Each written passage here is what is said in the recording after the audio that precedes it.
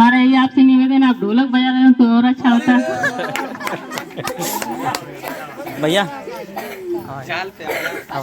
कौन बजाएगा?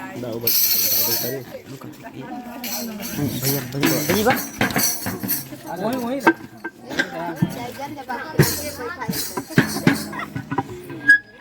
हेलो ओके दूर हेलो।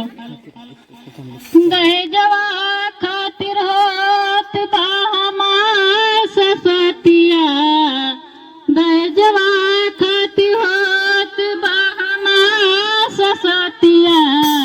कार जनिहा जनिया बाबूजी भेजिला पतिया, कार जनिहा जनिया बाबूजी भेजिला पतिया, कार जनिहा जनिया बाबूजी भेजिला पतिया। तिलक के वादा कैला देब 10,000 रुपया, सदिया में देवे खातिर गई 2 रुपया। तिलक के वादा कैला देब 10,000 रुपया, सदिया में देवे खातिर गई 2 रुपया। नाही पूरा कैला बाबूजी अपनी बतिया, नाही पूरा कैला बाबूजी अपनी बतिया। तार जनिहा जनिया बाबूजी भेजिला पतिया, तार जनिहा जनिया बाबूजी भेजिला पति।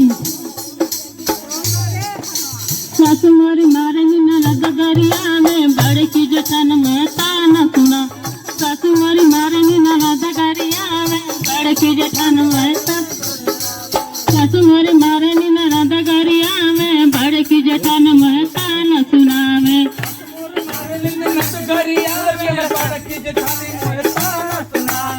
पति देवा नाही सुनेले हमार बतिया, पति देवा नहीं सुनेले हमार बतिया।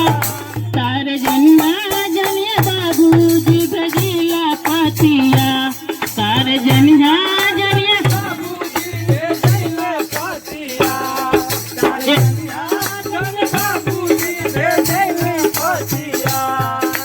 इतना दर्द बट कैसे बताई, दिला की बात नहीं खत में लिखाई।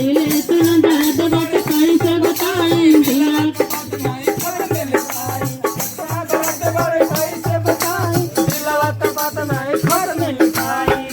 जलावे जात रहला ससुर जी आजू की रतिया, जलावे जात रहला ससुर जी आजू की रतिया। तार जनिया जनिया बाबूजी भेजिला पतिया, तार जनिया जनिया बाबूजी भेजिला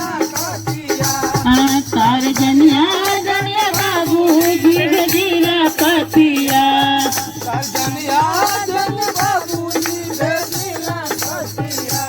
जय जवान।